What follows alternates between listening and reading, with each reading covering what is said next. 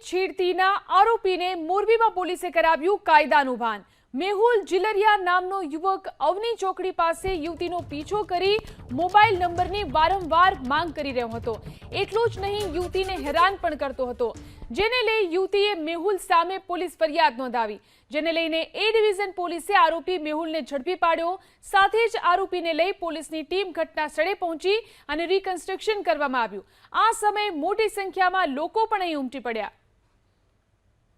યુવતીની છેડતીના આરોપીને મોરબીમાં પોલીસે કરાવ્યું કાયદાનું ભાન। મેહુલ જીલરિયા નામનો યુવક અવની ચોકડી પાસે યુવતીનો પીછો કરી મોબાઈલ નંબરની વારંવાર માંગ કરી રહ્યો હતો। એટલું જ નહીં, યુવતીને હેરાન પણ કરતો હતો, જેને લઈ યુવતીએ મેહુલ સામે પોલીસ ફરિયાદ નોંધાવી, જેને લઈને એ ડિવિઝન પોલીસે આરોપી મેહુલને ઝડપી પાડ્યો।